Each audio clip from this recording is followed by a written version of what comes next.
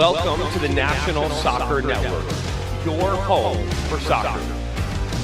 One destination, every match, every moment. Built for players, powered by passion. Live games, highlights, and more each and every day. Only on the National Soccer Network. All right, everybody, welcome back into Inside the Game podcast. We are a soccer nation. Have such a deep appreciation for hyper-local, community-based, lower-level soccer. There's going to be millions of fans over here that want to watch and consume as much football as they can. What you are doing is important. And this is all about, like I said, spreading the gospel. It takes a village, right? No, I just really appreciate being on here and you being able to provide this platform for, just us and all those people grinding away at the lower leagues, just trying to make great things happen. So I really appreciate you, and you guys know what you're doing. And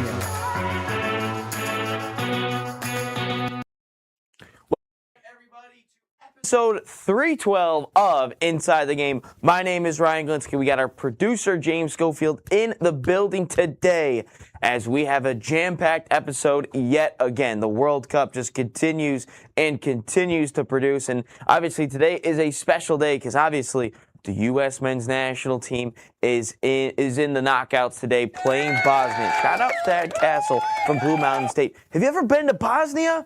I have not been to Bosnia, but Thad Castle apparently has been into Bosnia. One of the best sports characters of all, fictional characters of all time. So, hey, welcome into Inside the Game. Make sure to smash the like button. Make sure you guys subscribe if you have not already. Get your comments rolling in as always. And, welcome on in. And obviously today, a little bit is knockouts, obviously, for the U.S. men's national team and all that fun stuff. I'm going to ask you a question here, James. Do you have a favorite sports like playoff moment? That could be football, could be basketball, could be anything. But do you have a favorite sports playoff moment?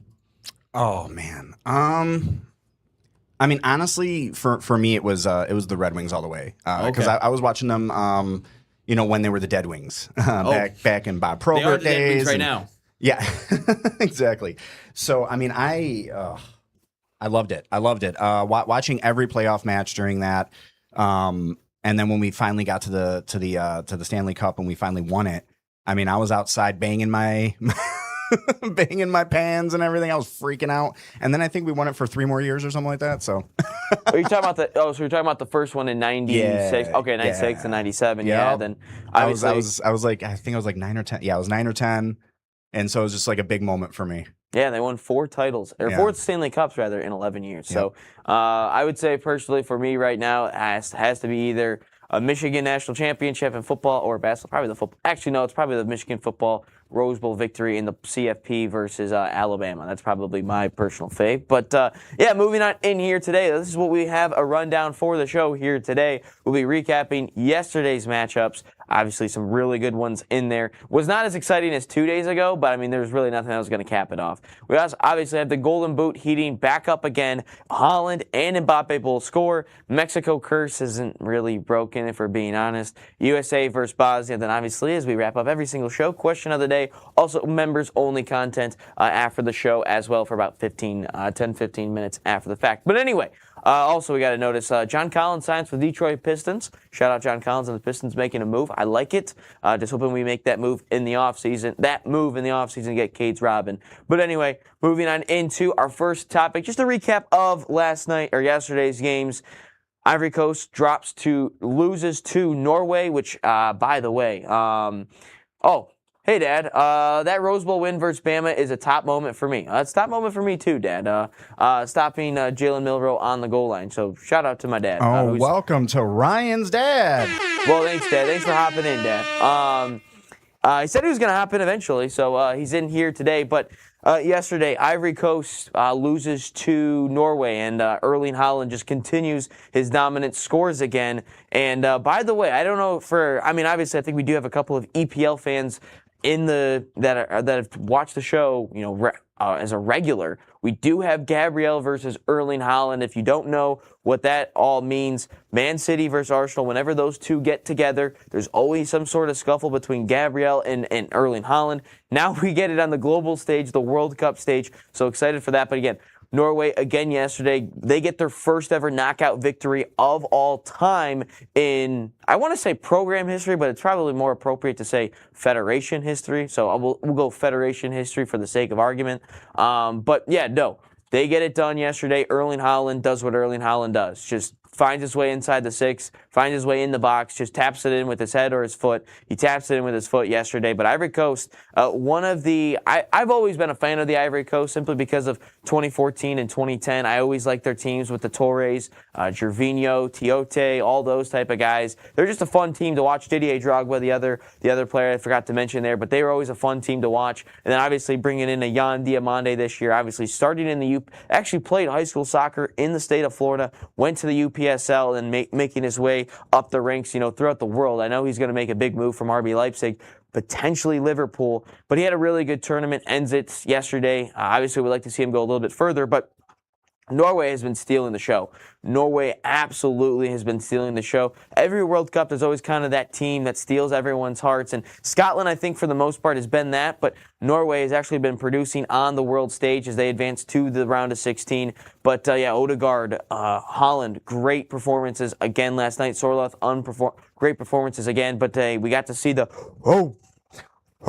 I'm actually wondering, though, if the Minnesota Vikings are going to pick that up. I know they do the Skol thing, but Vikings, Norway, I wonder if they're going to pick up on the row this upcoming season for the Minnesota Vikings in the NFL and in the NFC North. Really hope they don't do that, but I am wondering if they pick that up. I really hope that they don't, because it's going to make their place a little bit more difficult to play at, especially for a Detroit Lions' sake. But yeah, curious if they pick that up, because they picked up the Skol after Euro 2016 when Iceland started doing it, so I'm curious to see if they pick up the row. But Erling Haaland, he picks up another goal, which puts him tied with Mbappe now for the Golden Boot. Despite him missing a game, he picks up another one, and then obviously they are still one goal behind Lionel Messi, who is yet to play. He plays Friday against Cape Verde. Yeah, England has Congo. So there's that one, and then France. Speaking of Mbappe, might as well just transition into it. Kylian Mbappe and France just look unbeatable yet again. I don't know if there's a team in this tournament that can beat France.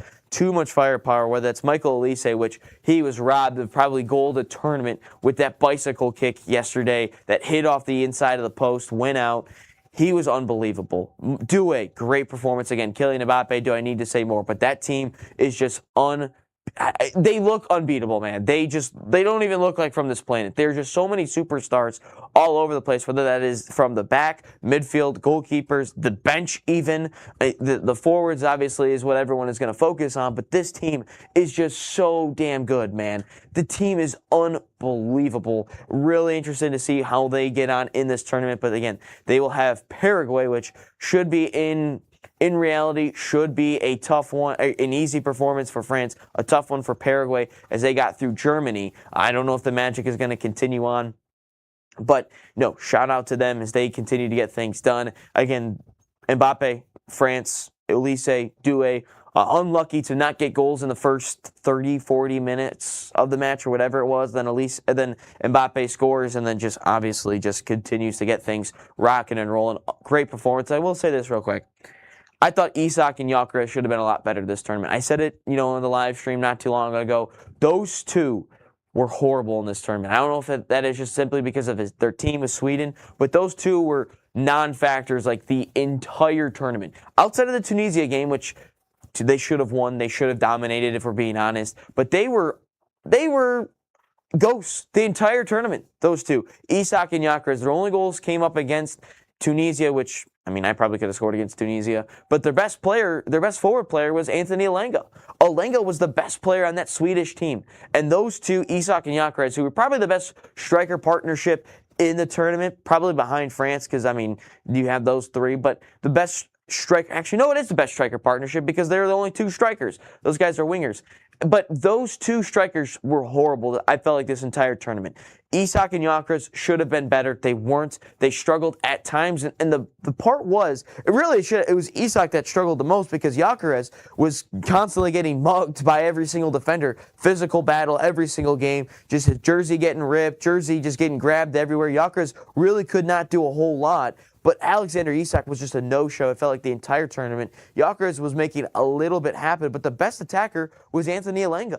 Anthony Elanga was spot on every single game. He made stuff happen. He created stuff every single game, whether it was in the back of the net or not. But Elanga was the best attacker on that Swedish team. So interesting to see how those two get back into club form. Obviously, Gyökeres, my Arsenal guy, and then obviously Isak is a Liverpool guy. We'll see if he can stay fully fit. But those two should be ashamed of themselves, did not play particularly well, and I think let the team down a little bit. Moving on into the nightcap, a little bit of a delay heading into it, but it was Mexico versus Ecuador. Ecuador, first off, the night before, the Mexico fans were CONCACAFing Ecuador, which lighting fireworks off outside of the stadium, banging drums, singing in unison, just a giant congregation of people outside of the Ecuador hotel, making life miserable. I'm curious what England is going to do. I expect England to win against Congo, but I am curious to see how England gets on in Mexico City. I'm pretty sure the match is in Mexico City. I know Monterrey is done. But I'm curious to see what it looks like when England faces off against Mexico. Again, England does have to beat Congo, but I fully expect England to be, it is going to be in Mexico City. But how is England going to get onto this? I think England might be going into a trap. As much as I hate Mexico, as much as I dislike them, as much as I would like to say that that curse is not broken, I don't think the Mexico curse is broken, but I'm curious to see what England is going into. I think they're going to head into a trap. Shadow James says with at the bottom there. I think England is walking into a trap against Mexico. I think the fans, it's a beehive. I think obviously don't put out where the English hotel is going to be ahead of the match, because those Mexico fans will find you. They will light the fireworks out outside of the stadium. They will bang on drums. They will make you not be able to sleep. And again, maybe I'm looking too much into it, but at the beginning of the game, Ecuador, they looked slow. They looked tired right out of the gate. Maybe they didn't have a good night of sleep like they were expecting in the way that the fans interacted and were causing all that. So I'm curious to see what it would have looked like. I did say, by the way, there would be a red card in the game, and there was a red card with Ecuador and Incapia getting in. Greg is in the chat. Welcome on in, Greg _1987. England and Mexico will be cinematic. Greg, I believe so too. I believe that match is going to be something else, because England obviously is the better team. They have the superstars, Harry Kane, Saka, Bellingham, Rashford, all those guys. And then all of a sudden you put them in probably the most hostile international environment. Maybe I'm forgetting, a different team. You guys can correct me if you guys believe that there is a different, more hostile international environment. But I do believe Azteca is the most hostile international environment. But please, don't walk into this game lightly if you're England, because it's a beehive in there, as many players have said before. It's a home match for Mexico. They've been playing well in this tournament so far. A little bit more on that curse being broken. That's the only thing I don't want to say about Mexico, because I don't believe the curse is broken quite yet. And Mexico, it's a home match. Last time they made the quarterfinals back in 1986, it was on home soil. So I have to see if they can break that streak right there, because they did lose to the U.S. in 2002, which is kind of funny to me. But they did break the streak last time they made the quarterfinals was 1986. So we'll have to see exactly if they get it done against England. Again, fully expect England to win today against Congo as well. Maybe we shouldn't say prematurely that England will win, but I do believe England will beat Congo here today, later on this afternoon. But no. Great games on yesterday. They did win they did win 2-0. Quinones, Jimenez, great performances. By the way, hearing that stadium erupt yesterday was good. Was really cool to see. I'm tired of giving Mexico love, man. I am tired of giving Mexico love in the chat. I'll be shouting for the Democratic Republic of Scotland this evening. Dave wants Congo to beat England. I'm not going to lie, Dave. I'm going to be, as much as I don't want to see England win, I do want to see the England versus Mexico matchup. I am just saying. I'm not going to lie. It's going to be a really good matchup. Fabian, France. Also, France did win yesterday. They look unbeatable. But I do want to mention this too, Dave. I want to see Mexico lose as much as possible. So getting England to Mexico, and beating them would be cinema for me personally, but I think that I'm really intrigued by that matchup, Mexico versus England, if we get it, because it's going to be a great one. But, they did win 2-0. They just took it to them, and that's what I expect to see with the U.S. men's national team tonight. You have the home advantage. You have to take advantage of those first 10, 15 minutes. Grab a goal early, punch them in the mouth, and don't let up. That's what I got to say with U.S. More on the U.S. later on in the hour. I'm getting pumped up for it. I don't want to get too ahead of myself here. But no, great games yesterday. Obviously was not going to top what we saw a couple days ago with the Netherlands and then obviously with Germany, Japan, Brazil, all those guys. Not going to top it. My dad. Mexico will be punching above their weight class versus England. I could see England getting the win. A home World Cup, crazy things happen. Russia has made a quarterfinals. They beat Spain in 2018, being at home. South Korea, or the Korea Republic, whatever they were called at the time, they actually made the quarterfinals, I believe, and their home soil. So anything can happen on home soil. The only team that really didn't do it was Qatar and South Africa. Greg, Gilberto Mora lived up to the hype, and we got to play the next 15 years in CONCACAF. There's always, ever since Chicharito, Carlos Vela, there's another one, Dos Santos, ever since those guys left, I've been hearing about this next Mexico superstar, Chucky Lozano. He flamed out. The little short guy that played for Bayer Leverkusen, he was supposed to light things up for Mexico. Haven't heard from him in 4 years. So when I hear about Mexico, it's almost like it's, again, I'm a Michigan football guy, so it's almost like, yeah, this guy is the next greatest thing. Most of the times they flame out and they are not the next great thing. So I have to believe it, or I have to see it to believe it with Mexico. They always say this is the next upcoming superstar. Even with the U.S. men's national team too, before Pulisic, a guy like Julian Green, a guy like Mixed Discarud. Those were the next superstars of the U.S. men's national team. They never panned out. The only one that really panned out was Pulisic. You could say McKennie, Flo Balogun, all those types of guys. So I have to believe it to see it with Mexico. But they did get the victory yesterday. More on that curse not being broken upcoming. What is next on the docket here, James? What do we have up next? What is the second thing we got talking about? Yeah, so next we are talking about our Golden Boot. Golden Boot. All right. I didn't know what it was. I didn't know if it was Golden Boot. I didn't know if it was the Mexico curse not being broken. Maybe at the chat can decide. Do we want to talk Golden Boot up next, or do we want the Mexico curse not being broken yet? We'll have to see, because I don't. Quinones is Colombian. Shocker. None of the Mexico players are actually truly from Mexico. Shocker. But yeah, no, if you guys would rather hear us talk about the Golden Boot, Kylian Mbappe, Erling Haaland, Messi, or the Mexico curse not being broken, put it in the chat, and we will decide coming out of the break. So don't go anywhere. Episode 312 will continue. Welcome to the National Soccer Network, your home for soccer. One destination, every match, every moment. Built for players, powered by passion. Live games, highlights, and more each and every day.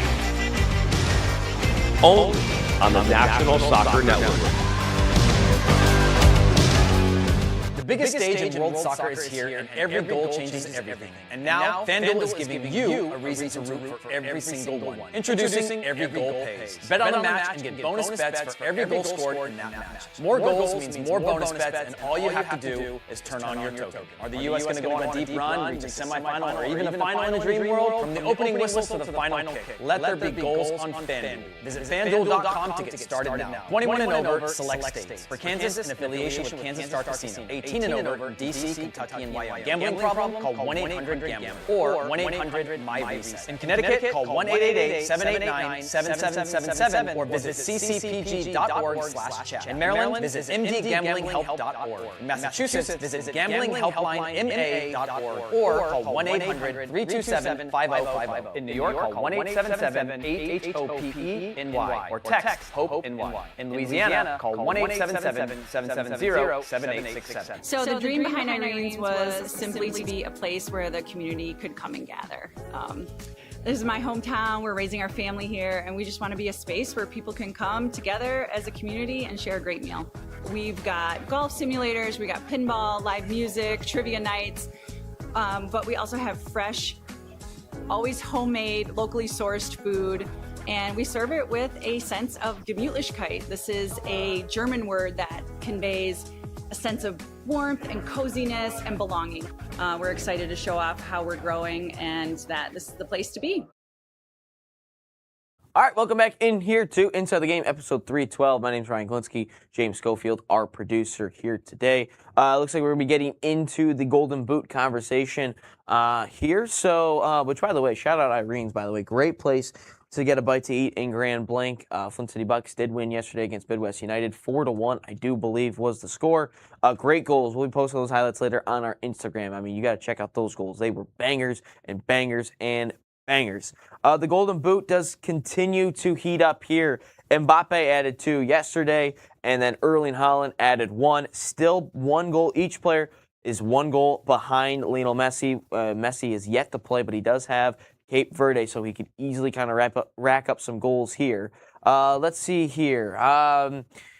Mexico accepted him because he was good. That's referring to Quinones. Quinones is pretty good, I won't lie. Colombia is pissed. Shocker. Let's see here. Dave. No, Elise is not going to Real Madrid, by the way, Fabian. Elise is not going. He's not going for $150 million. Dave, don't know if it has been mentioned. It is not. France has scored 3 goals in the last 5 World Cup games, a new record. Did they score 5? I don't think they scored. Oh, no, they did score 3 against Argentina because that was the last one I was going back to. I was like, I don't think they scored 3, but yes, they did score 3 in the extra time. So shout out the power stat there from Dave. Ryan likes Spain. Yes, I do believe it. I showed a meme to my friends from Argentina that the only country rooting for Argentina is Argentina. Everyone is rooting for Cape Verde. I'm rooting for Argentina. I want to see the greatest player of all time play more in the World Cup. Imagine how they were. Messi is tied. Mbappe is not. He's tied, I think. Aren't they 1 goal? He's so they're tied, but they're using the tiebreaker of assists, and right now Mbappe's got 1 more assist over Messi. Okay, gotcha. Okay, but no, the Golden Boot continues to just rack up right now. Mbappe added 2 yesterday, which he probably could have added a hat trick if we're being honest. Okay, that's what it is. He's tied with Messi right now, but Messi does have 1 extra goal on him in terms of the all-time. So, and then Erling Haaland with 5. I mean, Ousmane Dembele could get himself into the mix as well. He already has 4 goals. Expect him to go far. Vinny Jr., I don't expect to win it, and everyone underneath that, unless maybe Harry Kane gets a hat trick today because he does have Congo. So, yeah, no, Harry Kane could get himself right back in the mix as well. He does have to score a hat trick today to get tied with everyone. He does have to have a 2-goal performance at least. So we'll have to see that. But no, Erling Haaland is 1 behind Messi. And the crazy part is, yes, they are tied, Messi and Mbappe. I know, Fabian, you are, laughing about all that. But guess what? Messi hasn't even played his round of 32 match yet. So I'm just saying, and he scored in every single World Cup match so far this tournament. So you guys might be laughing now, but come Friday, Messi will have the lead right back because Messi's going to score goals. Haaland, though, I don't think he's going to win the Golden Boot simply because I don't think Norway is going to get much further. I do expect them to lose against Brazil.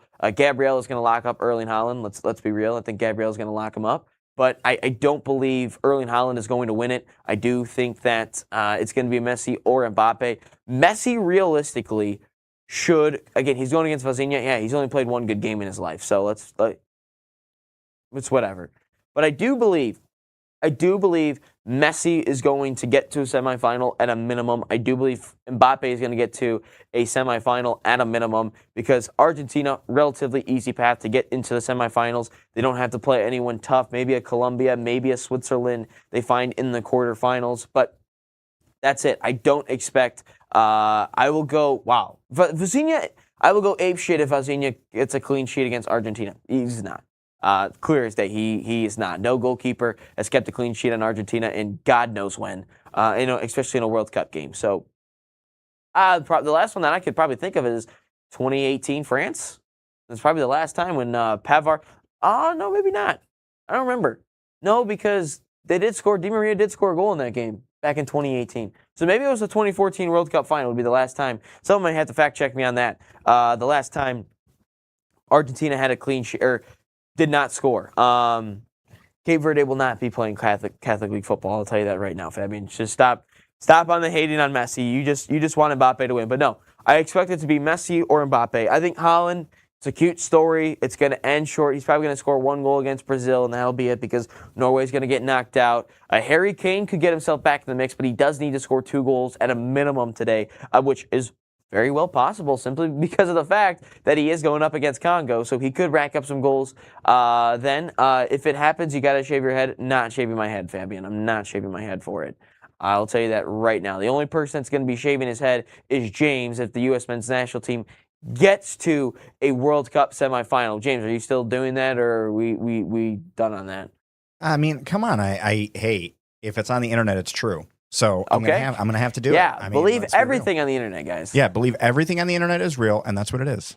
Okay, well, James is going to double down here, and no, I am not shaving my head at all, Fabian. Not doing that whatsoever. But no, I do believe that it's going to come down to Mbappe and Messi, but I just want to put something out there real quick. Could you imagine if both Mbappe and Messi get into a World Cup final again, and we decide the Golden Boot that way, on the final stage, in the final game, and the biggest stage in world football? Could you imagine those two? It'd be cinema. Those two playing each other for a chance to win the World Cup and the Golden Boot and the World Cup all-time goal-scoring record. Look, Mbappe is going to break the all-time goal-scoring record in the World Cup. It's just a matter of time. It's not a matter of if. It's a matter of when, simply because he's only played in 3 World Cups and he has probably at a minimum 3 more to go. So just by that logic, he's going to win the Golden Boot. And obviously, Messi doesn't have that big of a lead heading into it anyway. It's not like he had like a 10-goal lead heading into this tournament. No, it's going to be broken by Mbappe at some point, and he's going to hold the World Cup record. I mean, Mbappe doesn't really show up for his club with Real Madrid or anything like that, or PSG, but he does show up for the French national team, if we're being honest. I mean, Mbappe can't even beat Arsenal, if we're being completely honest, Fabian. Fabian is just getting in on the comments, man. We're going to beat Spain or Portugal. I don't think either of those two will get all the way through. James is a good dude. I hope he doesn't like Bud Light. Do you like Bud Light, James? Here's the deal. At the end of the day, I'm tired. It's been long. I need a nice cold beer. Yeah, sure, I'm gonna get a nice cold beer. But if I want some water, then yeah, sure, I'll get a Bud Light. That's a good point. That is a good point. That is good. That is fancy water, as they say. So, yeah, no, that is a good point, James. That is a very good point. Argentina is equivalent to England. No. No one likes him. Okay. I pray to God that Mbappe breaks Pele's record and the most goals recorded. Jeez, Fabian, why do you love Mbappe so much? I mean, you want to hang out with him as much as possible? I mean, have you ever met the guy? I mean, damn, man, he loves Mbappe so much. But no, I would love to see the Golden Boot come down to the World Cup final. I think that would be cinema. I mean, if you look at the last matchup, Mbappe did have a hat-trick. 2 of those were PKs.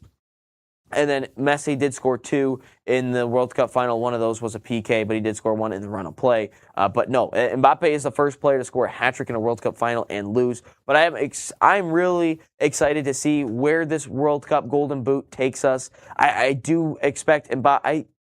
You know what? I think Messi's going to win the Golden Boot this year. I really do. Why? Because for some reason, the Argentinian team just does not want to score goals. They only want to assist it to Messi. If Messi is not the one that's scoring the goals, they don't like it. For France on the other side, it could be Doué's night. It could be Dembele's night. It could be Barcola's night. It could be Mbappe's night. There's just too much wealth there. But I do expect Messi to win this Golden Boot because they're going to go far. Argentina just wants to pass him the ball. He takes every PK. He takes every free kick. France, there's just too much wealth. There's too many cooks in the kitchen. And I do expect Messi to win this Golden Boot over Kylian Mbappe. It's going to be a fun ride. I do expect it to come down to the end, but I do believe that Messi is going to win the Golden Boot over Kylian Mbappe. Bro, I've been following Mbappe since he was playing for Monaco and Endrick. Okay. All right. I will. That's cool. That's cool, I guess. I still didn't win anything with Monaco either. Mbappe just doesn't win anything at the club level, does he? Does he now? No, he doesn't. That's why Real Madrid will not be winning the Champions League anytime soon. And he doesn't even win La Liga. Kylian Mbappe doesn't even win a La Liga. He doesn't even... Mbappe doesn't win anything at the club level. He only wins stuff with his country, so he's not going to win anything. Can I also say something real quick, Fabian? You do realize Mbappe in France hasn't won a major trophy since 2018? Flamed out of the back-to-back heroes, lost in the World Cup final. So let's not say France is just let's not write them in as the World Cup champion yet, because they haven't won a major trophy in 8 years. Flamed out of the last Euros and didn't win the World Cup final. So I'm just saying, let's pump the brakes on France winning it automatically. But that's going to wrap up the Golden Boot talk. We'll talk about the Mexico curse not being broken on the other side of the break here. So don't go anywhere. We have that coming up right after this. Great game footage starts with VIO. Now a pass deep and up front. With NSN, we can transfer your VIO footage into a professional broadcast. Elevate your VIO experience today. Call 248-525-2083. Opportunity and a shot and a goal! The National Soccer Network, your home for soccer.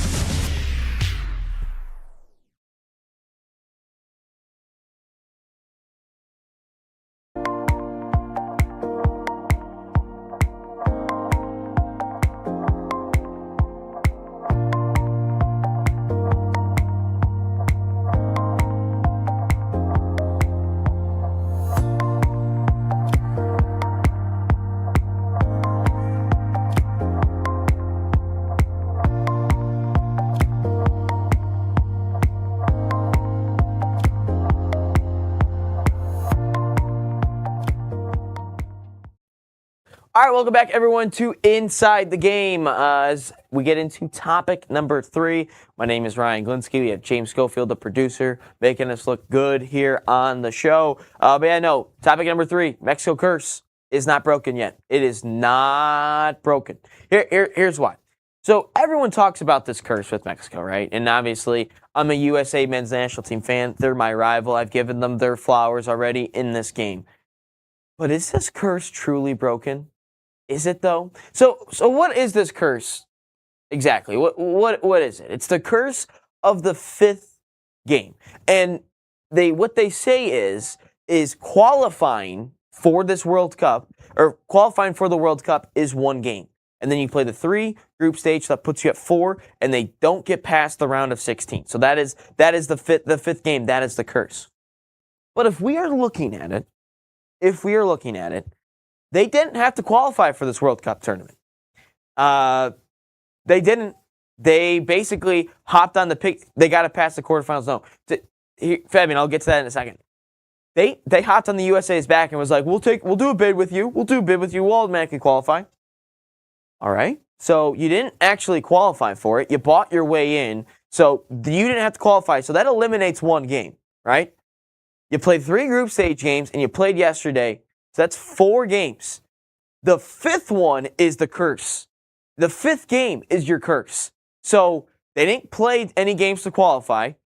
Money did this. So this curse isn't broken yet. For everyone saying the curse is broken, the Mexico curse isn't broken because they haven't played the 5th game yet. The 5th game is against England or Congo, and if they're playing England, they're not going to win. So this curse is not broken. And then if you look back at 1986, the last time they made it to the quarterfinals, they hosted it. So guess what? They didn't qualify either. The curse of the 5th game happened in the quarterfinals. So for this curse to be fully broken, they have to beat England or Congo, and it's going to be England, and they're not going to win.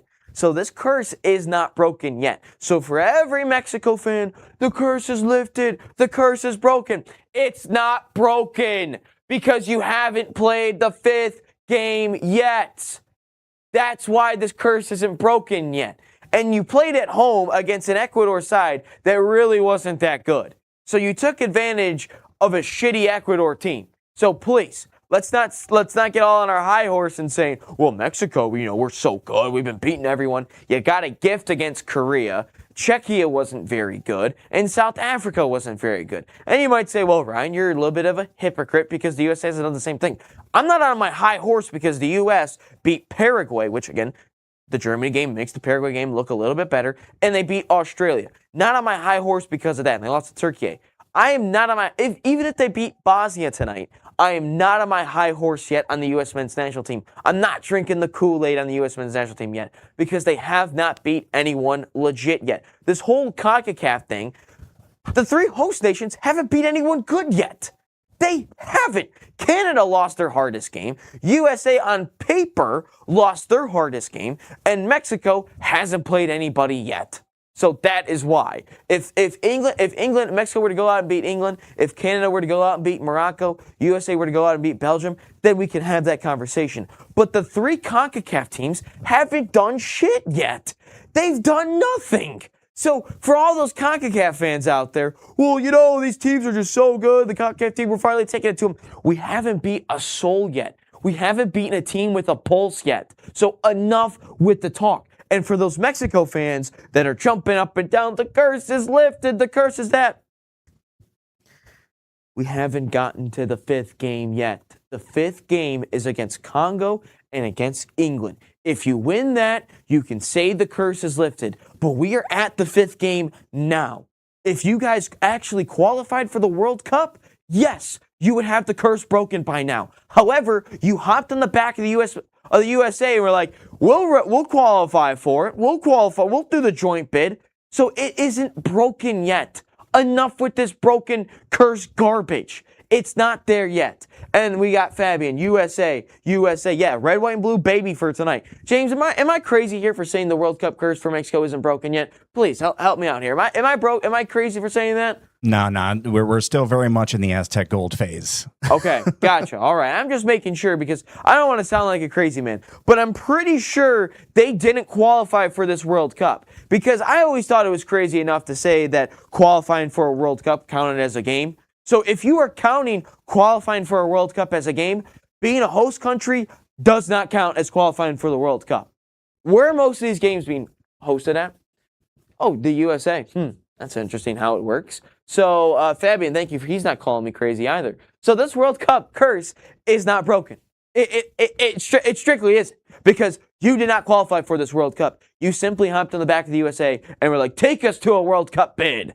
Take it to us. So enough of that. If you beat England, I will fully recognize that you have broken the curse. But you haven't broken the curse. You didn't even break the curse in 1986. Why? Because you hosted it too, and you lost in the quarterfinals. So enough of this broken curse garbage. It's been 40 years. Again, I will say they played really well yesterday. They took it to Ecuador, punch them in the mouth, and that's exactly what they did. That's exactly what Mexico did, and they deserved to win the game yesterday.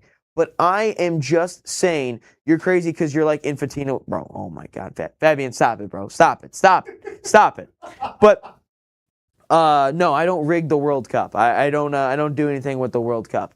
But I'm just saying the curse is not lifted until you win the quarterfinals matchup against an England or a Congo. Until then, I don't want to hear about it at all.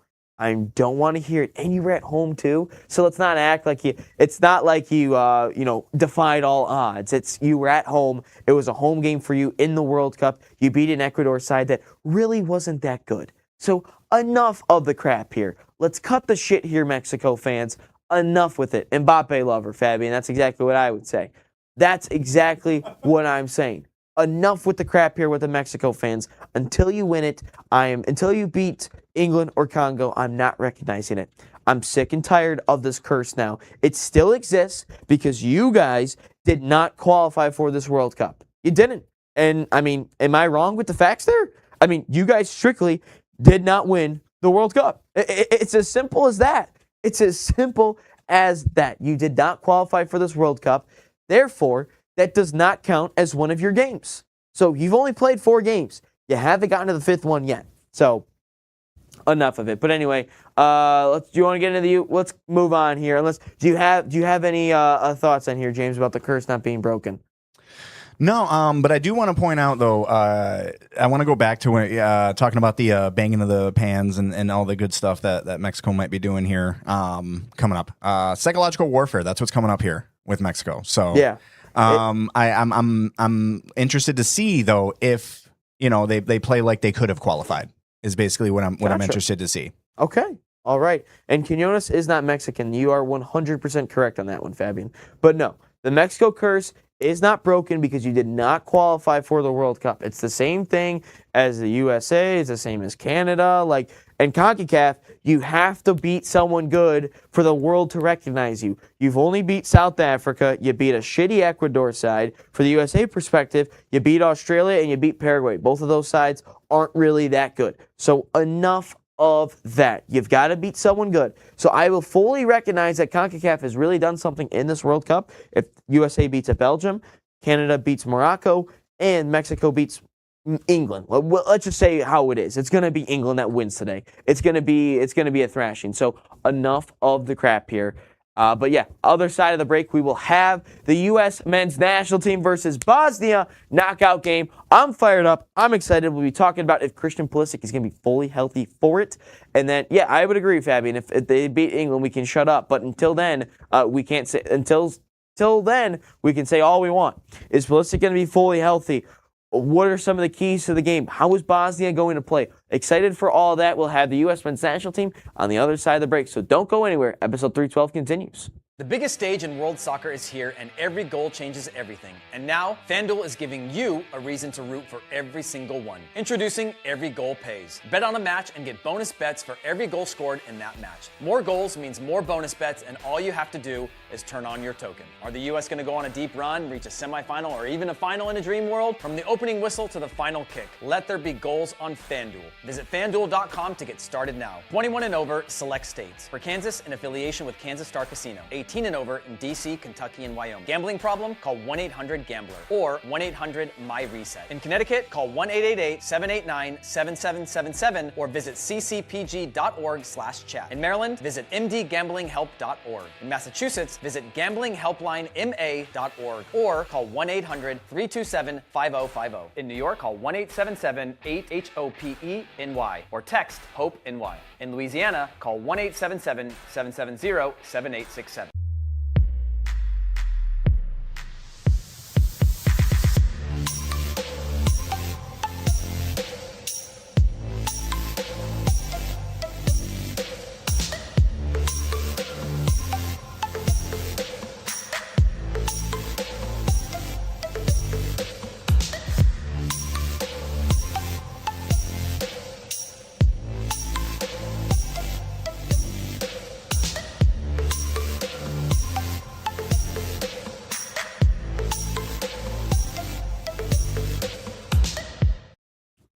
All right, welcome in here to Inside the Game, episode 312. If you've not hit the like button, smash it right now. And if you've not subscribed, make sure to hit the subscribe button, turn notifications on. Obviously doing this every morning at 9 a.m. My name's Ryan Glinsky, James Schofield, the producer, in the building here as well. And yeah, no, Fabian, you were correct. I don't expect Mexico to beat England. They have some dogs all over the place. But let's get into the U.S. men's national team. And before we get into the U.S. men's national team game, James brought up to my attention that the irony in a couple of these games upcoming.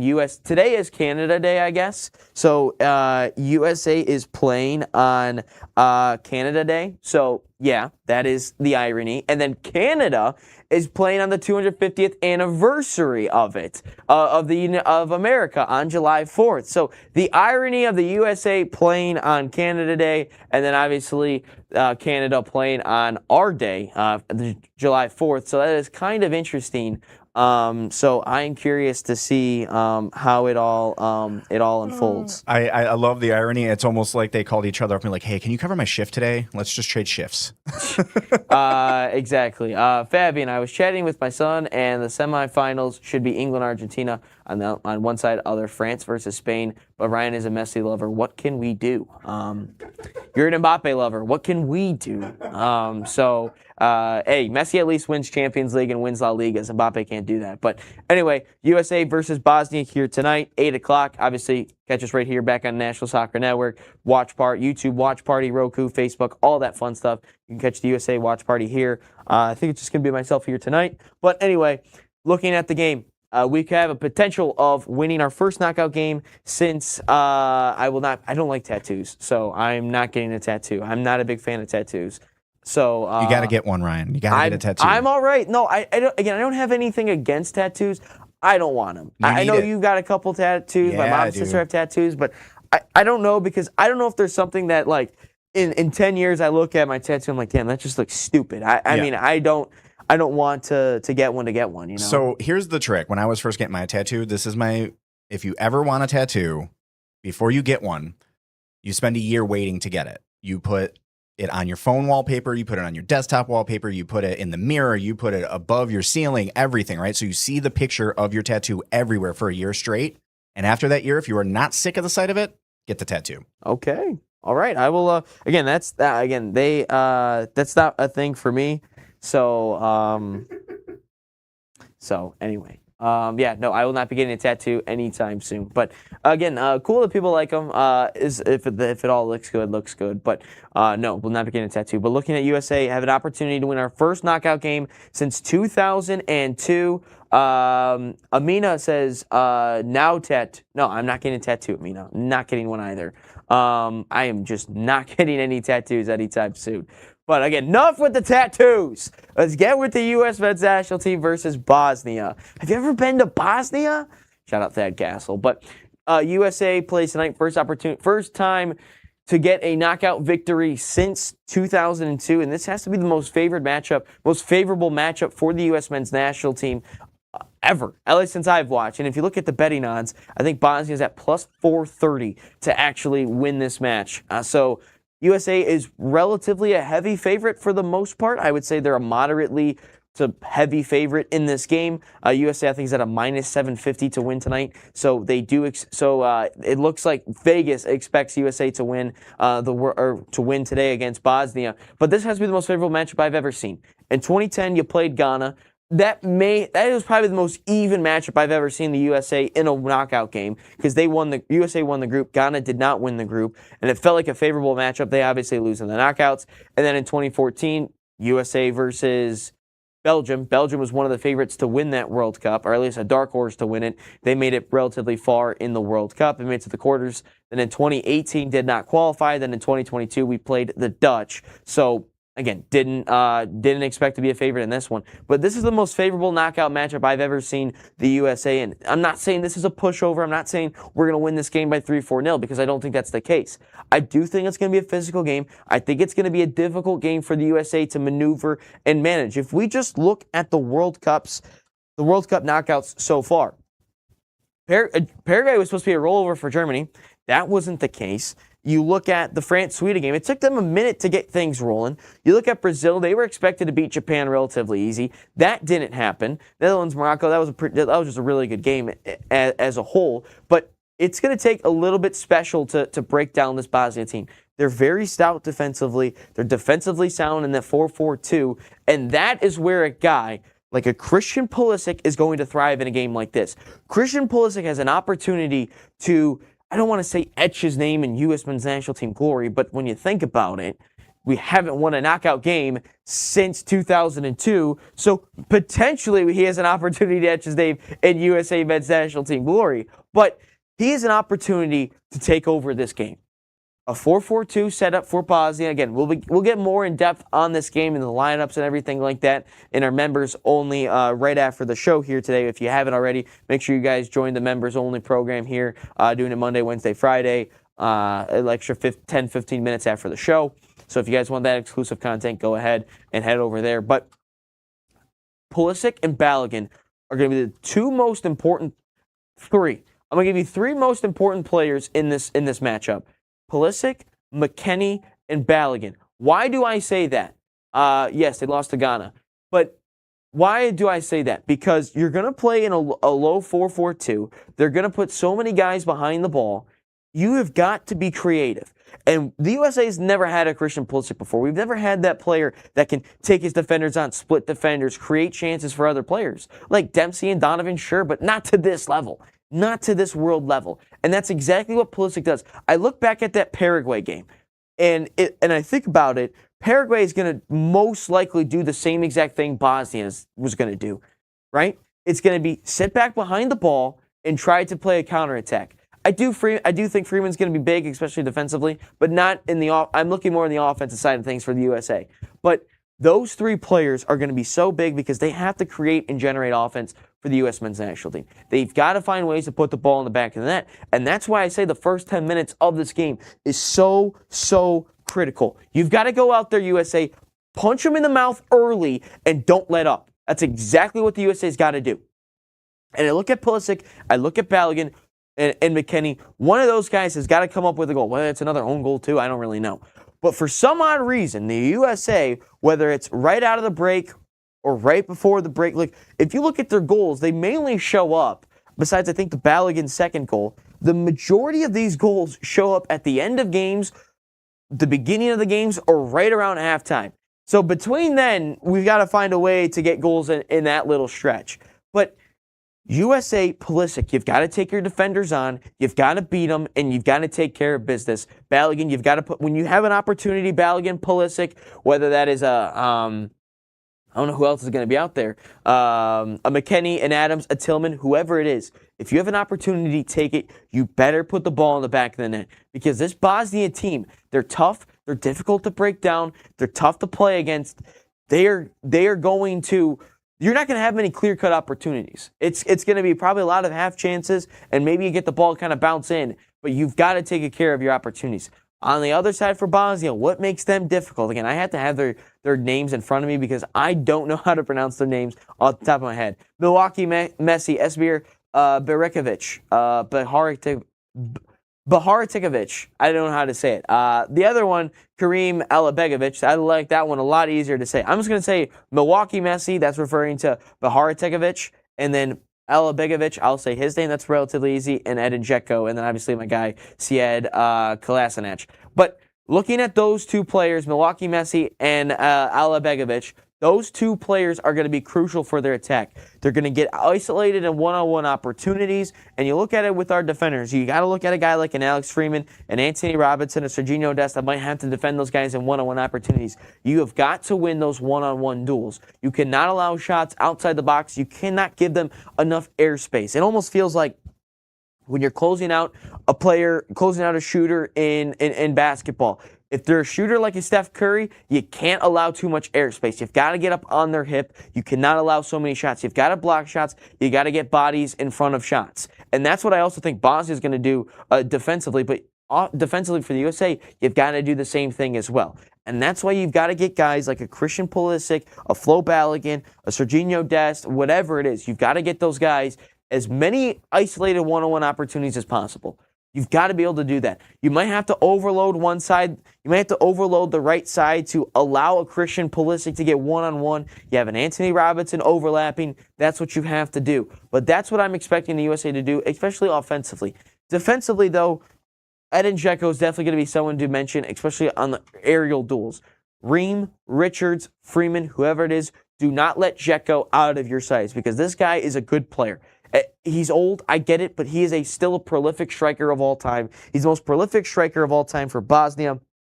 And obviously, Manchester City, he did wonders there, and I thought he was really good for Manchester City back in the day. But you can't allow Edin Dzeko to have that much space. Also offensively, you have to have line breaking passes. It can't be side to side, side to side, side to side, side to side. You've got to go forward a couple of times. And if you can break the lines for Bosnia, get them out of sorts, get them at 6s and 7s, as the English commentators like to say, get them out of their space a little bit. You've got to move them a little bit. It's almost like when I was watching the Brazil-Japan game. It felt like Brazil was not moving Japan out of their space at all. It felt like they were just kind of moving the ball side to side, not a lot of movement, not creating too many opportunities. But I need to see that here today with the U.S. I will say this. I do expect the USA to win this game. I do expect them to win. I expect them to win it in the 90 minutes. I expect them to win by 2 goals.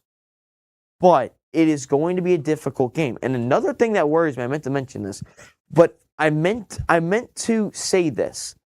I'm a little bit scared for Christian Pulisic because, why do I say that? Because Bosnia is a very physical team. I don't want to see them just taking whacks at Christian Pulisic, but they're going to make Pulisic uncomfortable. They're going to get physical with him. I don't know if that maybe takes Pulisic a little bit gun shy in this game.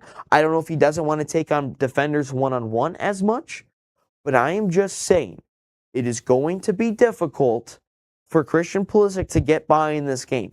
He's gonna face a handful of double teams. Balogun's gonna have to be physical. Bosnia's a very physical side. I feel like this is gonna be the Timu version of Turkey. Like Turkey is very physical, but they have much better quality, especially up top. Jeweler, Yilmaz, all those guys. Yildiz rather. Those they have quality. Bosnia, not as much. They have it in spurts, but they're not so technically gifted as Turkey is. But the main thing is, the main comparison, the main reason why I make this comparison is simply the fact that they are going to make things difficult. They're going to be physical. They're going to play a little bit slow. They're going to mud things up. And that we've seen this game how many times, especially as an Arsenal fan, going up against the lower sided teams and in the lower league teams. Man City, same thing. So make your chances count. You cannot take this team lightly. You cannot take this team for granted. This is going to be a tough matchup. I don't expect a rollover for the U.S. men's national team. It's going to be a difficult game, but if you come away with a victory, I don't care how it happens. It's the same thing as Brazil-Japan. Well, Brazil didn't play a special way. They got the job done. In a knockout game, I don't care. We've all heard it. Survive in advance, right? In college basketball, we've all heard that, right? Brazil survives in advance. That's all that matters. USA, if you win 1-0 and it's because an 89th minute header because of Chris Richards or something, I don't care how it gets done. Get it done. Win a knockout game. Again, if we win this game, I'm not going to be on my high horse because it's like, well, we're the best team in the world. We still have gotten to the round of 16. We haven't gotten past the round of 16 since 2002. So I'm not going to be on my high horse of it, but you can only play who's in front of you. You've got to win a matchup. You've got to win a knockout game. And I think that's exactly what the U.S. men's national team needs to do. And to especially, this is another thing, too, about this game. You've got to capture the nation. USA Hockey did it by winning the gold medal. I'm not saying the USA is going to win the World Cup. I'm not saying that because I don't think they will. But if you can make a run, making a quarterfinals, win a couple of knockout games. I think you've already gotten the nation's attention. I think you've gotten everyone's attention, but you haven't captured them and it's going to turn them into full soccer fans. You're not going to inspire that kid in Detroit, Michigan yet to want to play soccer. You haven't inspired that kid in Los Angeles, California to play soccer over a football and a basketball. You haven't done that yet. And I feel that you have got to do something like that to capture the nation. And if you are going to do that, it all starts with making a run. Getting to the round of 16 for me personally does not do that for me. It doesn't. Because we've gotten to the round of 16 the last 3 World Cups that I've watched. We need to get past that. And knocking off a Belgium with a KDB, with a Romelu Lukaku, with a Jeremy Doku, if he plays, I know he's got his kid or whatever and whatnot, but if you can do that, capture a nation, if you can do that, then it'll be a successful World Cup. If you win this match, you lose in the round of 16, I don't know what to say if it's a successful World Cup. Maybe in terms of the views, maybe in terms of kids participating in it. But I got to see a run here. I've seen too many round of 16s where we lose in extra time. I've seen that twice. I've seen us get BTA'd by the Netherlands. I've seen that all happen. But I am saying to capture a nation, you need to make a little bit of noise. And it all starts tonight. The most important stretch in American soccer history thus far. You go back to 1994. You think to yourself, well, they made it to the knockouts. They didn't want to embarrass themselves. They wanted to just kind of get the attention of the American people. They want to get the attention of the world. They did that. Fast forward 30 years. Not 2026, 28, 32 years. 2026. We've got the attention of everyone. But we're like right on the brink of getting people to believe. We've got game days showing up. We've got a song. We feel connected with the fans all of a sudden. We've got players that are bossing it in Europe. We have those guys. But you know what? You've got to do something to make them care. You've got to do something to make the American people believe in you. And it all starts tonight by beating Bosnia. And then again, you're most likely going to play Belgium, I would imagine. Then it ascends after beating Belgium. But you've got to start with a victory tonight against Bosnia in the round of 32. Handle your business. This is a simple business trip. Win it, advance, play Belgium, and you win that one. Successful World Cup. After that, it's all fun and games. After that, it's just the cherry on top.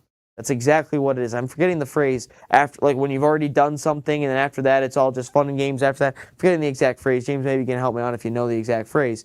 But you've got to take care of business. Dave, Bud Light equals water. That's why Scotland fans never drank it. Exactly. You saw that video, right? Where he's like, in Boston, he's like, man, they're all out of beer. All they had was Bud Light. Exactly. Like it's just water. Now everything is, if you can beat a Belgium, get to past the round of 16, then everything is house money. But I'm just saying, for the USA's sake, it all starts tonight, the most important stretch in our nation's soccer history. You want people to believe in you. You want people to give a shit about you. You want the world to take notice of you. You want kids to start playing your sport. You want everyone to care about soccer. It all starts tonight. Advance. I don't care how it happens. Survive in advance. And then after that, we can party for a couple of nights. And then after that, you get into a Belgium matchup and take care of business then everyone is going to be singing your praises because we haven't gotten to the quarterfinals since 2002. Fabian, it doesn't let me join the group here in Peru. I have to be Puerto Rico to join. 3 weeks, I got to wait. So Fabian cannot join the exclusive content until 3 weeks, but we'll wait for you, Fabian. If you haven't already, make sure you guys have joined our special content, exclusive content, right after this. That's going to wrap up the USA conversation. Let's get into question of the day, and then obviously we'll get into the exclusive content. Yeah, so we do have a little bit of a question of the day, kind of going along the lines of what we're looking at. USA one? Yeah, a little bit of USA. I left this in for you, Ryan. Sorry, but I like the song reference. We are the champions? What's one thing that the U.S. team needs to prove to prove they're World Cup contenders? Well, first off, not a Queen guy. Let's be real. I think that they are only popular amongst my generation is because of the movie. Let's be real. I don't think that people like it. By the way, I think We Are the Champions is the most overplayed song, especially in sports. We are Bro, it's such a lame song, if I'm being completely honest. I think it is such a lame song when it comes to Queen. I'm not a big fan of Queen. If anything, you should probably change it to We Are the Contenders, ? Because what do I have to see the U.S. men's national team to prove that they are contenders? I have a belt on, but you've got to whoosh, whoosh, whoosh. You have got to go straight belt to ass on Bosnia for me to consider that they are contenders. If you go out there, win by 2-3 goals, by the way, hit the smash the like button, as Fabian says. If you haven't done already, subscribe if you haven't already. If you do not go out there and win by 2 or 3 goals, then I can't really say you're a contender. If you just sneak a game out there, again, the needle will not change for me personally. It will not change for me at all. Because what do I need to see? I need to see straight BTA. Bosnia is not one of those teams where it's like, yeah, we just beat the world champions or whatever. Great. We survived in advance. Great. I'm happy for it. But you know what? In order for me to prove that this U.S. men's national team are truly, truly contenders, you've got to take the belt off, and you've got to beat Bosnia behind with it. That's how you prove if you're a contender. And I'm sorry, people are going to be like, well, Ryan, we haven't won a knockout game before. Another One Bites the Dust sucks too. That's another bad song by Queen. But if I have to hear... oh my gosh, we're going to fight, bro. We're going to fight over Queen. I'm telling you, that's Queen the members isn't that only good. segment is going to be the cage match between you and me. I'm telling you, Queen isn't that good. Everyone's like, listen. Well, I will give you the Live Aid performance. That's all I'll give you. Classrooms, but I don't study think that. it's that. I don't think they're that good. What makes them so special, honestly? Freddie Mercury. Dude is an opera-trained singer. Can hit notes that are ridiculous. His range is sick. He's not even his top 5 piano singers playing, of all time. Frank Sinatra's better. Riri's better. Frank Sinatra is one of the easiest people to sing on the planet. Better. Whitney Houston is better. I will give you Bruno Mars. Okay, Houston I will give you. And then Michael Jackson, Prince, David Ruffin is my guy, by the way. David Ruffin is a better singer than Freddie Mercury. No. Yes, 100%. Freddie Mercury is one of the greatest singers of all time. He is not. He is. He is glorified because of one performance that lasted like 5 minutes. That is the only reason why people like them. And because of Bohemian the movie. Rhapsody is literally a masterpiece. Why? Because it changes, like, it goes, like, from, like, 5 different things? Because it's not one, it's, like, Because 5 it's different... written as a classical piece, yes. It's got so many different movements within it. It's gorgeous. It's beautifully written. Yeah, we're fighting after this, Ryan. Okay, all right. But no, in order for us to be contenders, you got to take the belt off and you got to Yaxel Lendenborg these bitches. You got to take it and whip it and beat their behinds with it. That's what makes people believe it. People are going to be like, oh, right. We've never won a knockout game before since 2002. You got to be happy with it. No, I'm sorry. I like championships. I like deep runs. I like winning. Just winning the group, I've seen that, been there, done that. Don't care anymore. We're not even at the round of 16, which is typically our ceiling. I've seen us get to the round of 16 how many times? Been there, done that. I haven't seen us gotten past the round of 16 before. So get past the round of 16. That makes people believe in you. That makes people think you're a contender. You're probably going to be the weakest team at that point. But no, you got to go out there. You got to go straight BTA on Bosnia for people to believe that you are truly a World Cup contender. That is exactly why. But that's going to wrap it up here. We're going to move into our members-only content right after this for about 10-15 minutes. We're going to go a little bit deeper dive in the Bosnia U.S. men's national team game, go over potential starting lineups for the match for the U.S. men's national team and for Bosnia. So don't go anywhere. Make sure you guys join our Ryan is a messy lover. Don't argue with him, James. He's rage-baited. I don't like Queen. Point blank, period. Not even top 5 singer in Freddie Mercury. Maybe we'll talk about singers too. I don't know. But no, head over to that. We're going to step aside. Thank you for everyone that's tuned into the live version of Inside the Game. We'll be back tomorrow with hopefully a U.S. men's national team victory and more after that. So don't go anywhere. Move on over to our members only right after this. But again, thank you for everyone that's tuned in. Until tomorrow, until like 2 minutes. So long. The biggest stage in world soccer is here, and every goal changes everything. And now, FanDuel is giving you a reason to root for every single one. Introducing Every Goal Pays. Bet on a match and get bonus bets for every goal scored in that match. More goals means more bonus bets, and all you have to do is turn on your token. Are the U.S. going to go on a deep run, reach a semifinal, or even a final in a dream world? From the opening whistle to the final kick, let there be goals on FanDuel. Visit FanDuel.com to get started now. 21 and over, select states. For Kansas, in affiliation with Kansas Star Casino. 18 and over in D.C., Kentucky, and Wyoming. Gambling problem? Call 1-800-GAMBLER or 1-800-MY-RESET. In Connecticut, call 1-888-789-7777 or visit ccpg.org/chat. In Maryland, visit mdgamblinghelp.org. In Massachusetts, visit gamblinghelplinema.org or call 1-800-327-5050. In New York, call 1-877-8-HOPE-NY or text HOPE-NY. In Louisiana, call 1-877-770-7867.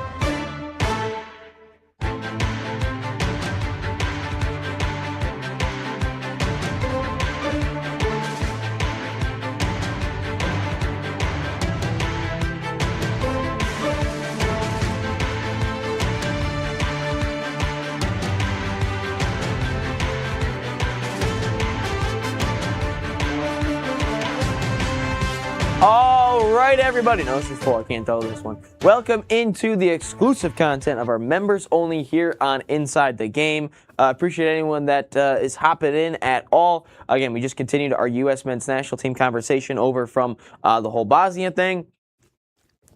But yeah, those two sides. We'll go a little bit more in depth on this matchup. But yeah, let's start off with my projected U.S. men's national team starting 11 for tonight's matchup between Bosnia and the U.S. of A. USA.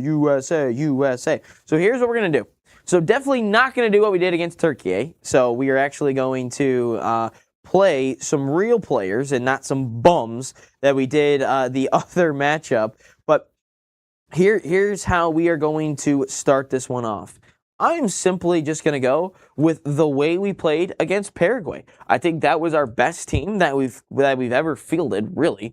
And I'm going to go Matt Freese in net. I'm going to go Anthony Robinson, Tim Ream, Chris Richards, Alex Freeman. Obviously, it's going to be the three back or whatever, and then you kind of have Tillman slot in with Adams and Robinson, whatever it is. And then you have Adams, McKennie, Tillman in our midfield, and then obviously Balogun, Serginho Dest, and Christian Pulisic, obviously out there, because I do believe Christian Pulisic is going to be fully healthy for tonight's game. Again, what does this lineup do for me? You're going to overload the midfield, which is going to put a 4-4-2. Again, Bosnia's going to play their 4-4-2 formation. So what does that mean? Their two strikers are going to be isolated against our three defenders. I like our three defenders versus their two attackers. So then what does it do in the midfield? You're going to have 5 midfielders compared to their 4. Now the only negative is going to be is that we're going to have one striker up there with the back 4 there. But if we can win the midfield battle, have the line breaking passes, break them down a little bit, and have Flo kind of just hanging around inside the box, that's a win for me. Simply because of the fact that I think our midfielders and our players are a little bit more crafty, a little bit more technically gifted than the Bosnia players. So I'm just saying that is something that I do believe is going to happen in this game. Again, what do I mean? Pulisic has got to get isolated in one-on-one opportunities. So what does this do? How do we set up Christian Pulisic to get isolated? Well, here's what we're going to do. We're going to isolate. We're going to overload the whole right side. We're going to put, again, Freeman's going to stay back. You're going to have Adams, McKennie, Tillman, Flo, Dest get overloaded on the right side. I need to get a Pulisic and a Jedi Robinson. I need to get those two guys isolated on the left side. Those two guys need to be isolated. Those two need to be isolated. Why? Because that is going to be our best attacking threat. Again, Balogun as our striker could be an attacking threat as well, but those two need to be in isolated situations. I really do. I do think that they need to be isolated because if those two can be isolated, that puts one of our quickest players and one of our crafty player, our best crafty player in one-on-one situations. So they can cross the ball in, get the ball into Balogun, or they can cut inside, create their own shots. Again, Anthony Robinson, we saw that banger of a goal against Germany not too long ago in the friendly, which I have never seen him do that once in my life. But Christian Pulisic obviously seems to be he's done that a couple of times. So get those guys in isolated positions. Again, Flo, Balogun. Can he create some offense by himself? He doesn't seem like that type of player. Maybe he can. Maybe we kind of catch him out on the counterattack. Maybe they break him down a little bit. But I do believe that Pulisic and Robinson are going to be able to get in behind defenders. I think they're going to be able to create offense for themselves, if we're being completely honest. But yeah, no, I do expect the U.S. men's national team to be doing that. I also expect the USA to be able to create those line-breaking passes. I do believe McKennie, Adams, Tillman. I mean, Tillman is kind of one of our unsung heroes so far. He's so composed in the midfield. Again, this isn't just because I used to be a CDM. No, he's so composed in the midfield. He's able to drop in, defend well. He creates a couple of opportunities. He created the Flo Balogun goal. He defends really nicely, and he's just composed and he's smart with the ball. So that's what I would like to see with a Malik Tillman. Now the question becomes, who do we bring in off the bench? Because if we look at the last game, the bench really just scared me because of how poorly they all played.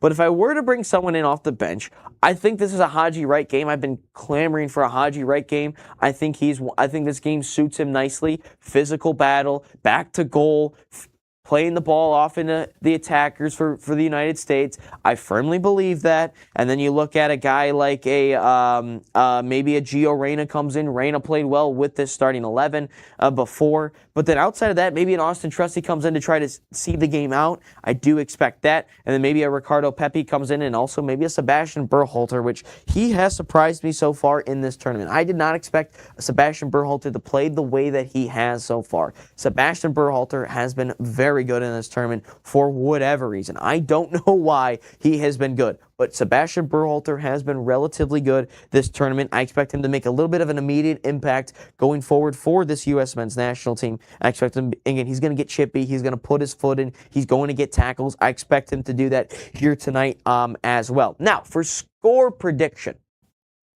what do I think the U.S. men's national team score prediction is going to be for Bosnia? I believe the USA is going to win this game 3-1.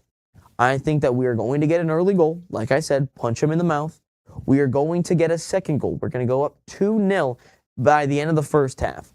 Bosnia is going to pull one back right around the 70th minute, and then it's going to make things nervy the last 20, and all of a sudden we're going to get the icing on the cake, and it is going to be Gio Reyna to put the icing on the cake to make it 3-1. U.S. men's national team is going to win. James, I never even asked you for your prediction.